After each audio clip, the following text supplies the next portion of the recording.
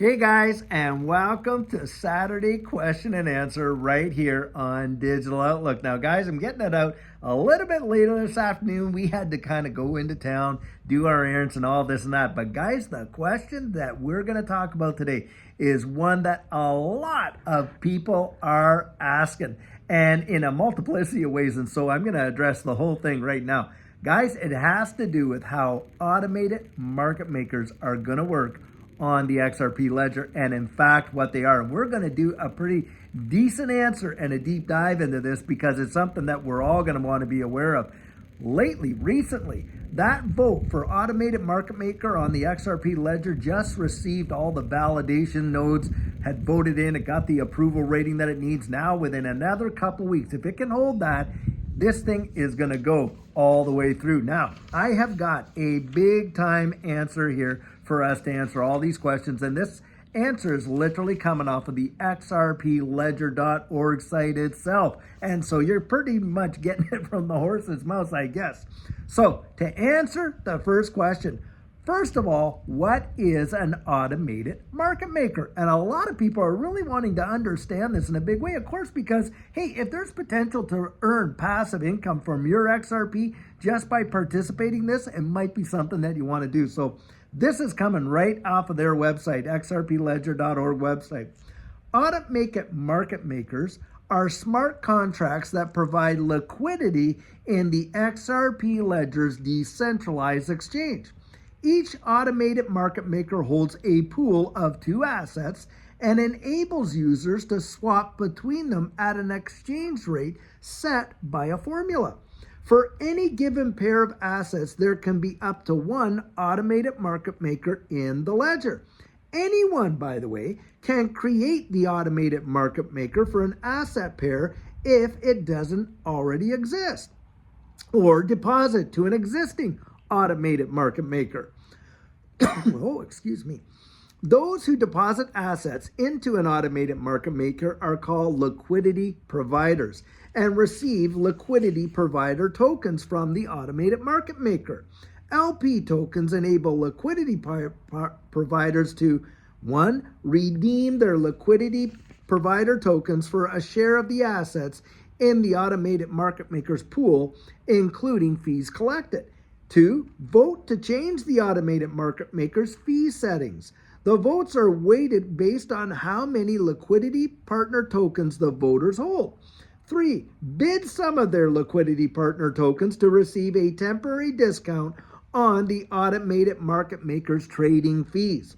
When the flow of funds between the two assets in a pool is relatively active and balanced, the fees provide a source of passive income for the liquidity providers. However, when the relative price between the assets shift, the liquidity providers can take a loss on the currency risk. So there is obviously some risk to participating in these liquidity pools. Now, the big question is, how do these automated market making things work? Well, an automated market maker, boy, I'll tell you what, that one you can get tongue-tied and twisted up with pretty for sure, eh? An automated market maker holds two different assets. At most, one of these can be XRP, and one or both of them can be tokens. With different issuers are considered different assets for this purpose. So tokens with different issuers are considered different assets, even though they can be tokens issued on the XRP Ledger. This means that there can be an automated market maker for two tokens with the same currency code, but different issuers. For instance, FOO issued by Waygate is different than FOO issued by Stable FOO. For the same issuer, but different currency codes. The order does not matter. The automated market maker for FOO Waygate to XRP is the same as for XRP to FOO Waygate. Now, I don't know if this is making any sense to a lot of folks. I'm understanding it actually, because what we're really dealing with here is you got, a couple of folks that have assets that are issued on the XRP Ledger, and they want to create, a market for it where people can trade against those assets. And they want to base that off of, utilizing XRP as kind of like that standardized, asset. And so what can happen is you can have an automated market maker setup where folks that hold these tokens can, put it in there, set it up with their XRP and get liquidity, provider tokens. And those liquidity providers, what they're really benefiting from, it's kind of like in a decentralized exchange. What they're getting are the fees. Now, in a normal, a centralized exchange, look, the exchange is the one who gets the fees from the trades that you do. What doesn't matter what the trading pair is. So an automated market making thing where you're participating as a liquidity pool provider and you've got those liquidity provider tokens. Hey, you're the one that shares in the distribution of those collected fees. And you get to vote on how much the fee is and this and this and that. And that's how it works. Now, there are a ton of various projects out there that are looking to decentralize exchanges as the means to provide a trading pair to do it. And this is a major, major deal. And this is where passive income can be earned utilizing your XRP as a liquidity provider. Now, it's not without risk, but there's balance to it as well. So that's what's really going on there. Now, when users want to trade in the decentralized exchange, their offers and cross currency payments can automatically use automated market makers to complete the trade. A single transaction might execute, hold on there, by matching offers, AMMs, or a mix of both depending on what's cheaper. Automated market maker sets its exchange rate based on the balance of assets in the pool. When you trade against an automated market maker, the exchange rate adjusts based on how much your trade shifts the balance of the assets in the automated market maker holds. As its supply of one asset goes down, the price of that asset goes up. Why? Supply and demand, obviously, right there. As its supply of an asset goes up, of course, the price of that asset goes down. Again, supply and demand.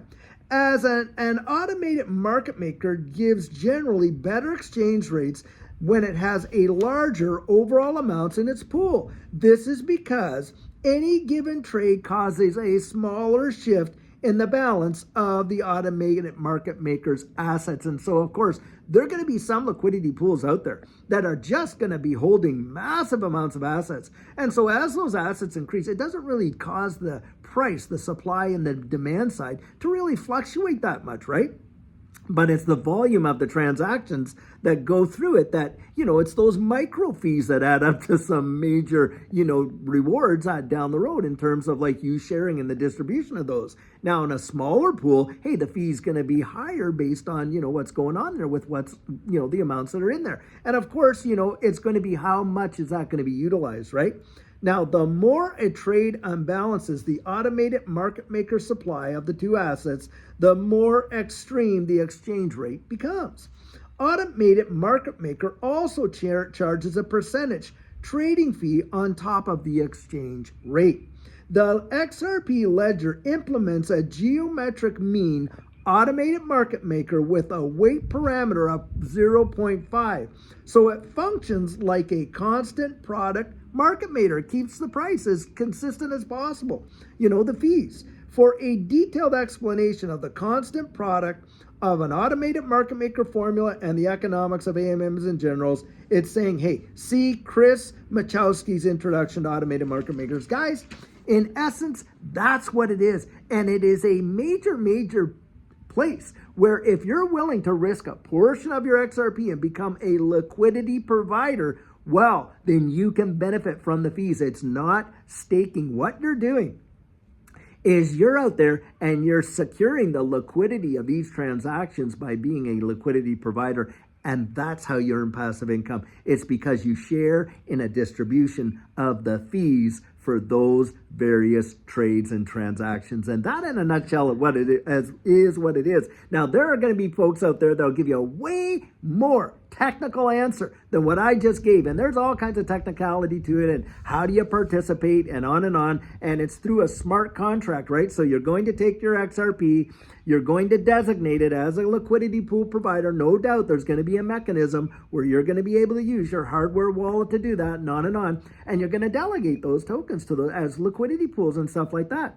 And this is where over time you could see. Now there will be periods, hey, it's going to probably be, you're going to have seen, oh, well, there's a disparity there. And so, the liquidity pool provider compensated for that. So the little risk of loss. But then, by and by, hey, great amount of fees came in, perfectly moved. You're going to get those fees, that reward of those fees and this and this and that.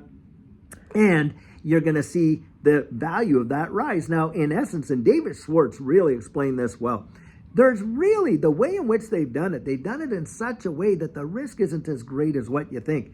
Now, we can probably during the week when it gets implemented, when it really starts to get in and we start to understand the total functionality of it, hey, I will definitely come out and do an absolute deep dive video. But I've been getting this question time and again through email, on the channel and everything like that. And I thought, you know what? The best thing to do is get the answer right from the horse's mouth. So I thought I would come out and share that with you. Guys, these are exciting times. I mean, we're seeing development and maturity and implementation in a big, big way, especially with a lot of the amendments that have been made on the XRP Ledger. One of the best ones is the clawbacks. Why? Because it allows money service businesses to go out there and literally meet that fiduciary responsibility from the government on various, regulatory aspects and able to go out there. And if there's funds that have been maybe sent to the wrong account or what, they can be, drawn back and stuff like that. And the traditional market, the traditional money service businesses, they absolutely have to have that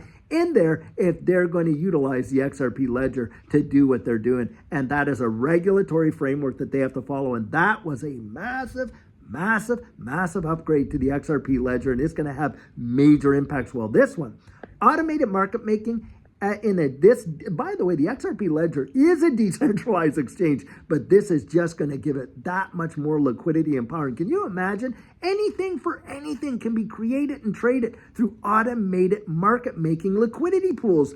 Big, humongous deal, guys. It is going to be major. Anyway, guys, I sure hope you enjoyed today's Saturday question and answer. And I'll tell you what, tomorrow we got our Sugar on Sunday. Amazing nuggets of encouragement. Can't wait to see you then. And until later on, guys, have a fabulous rest of your Saturday and take care.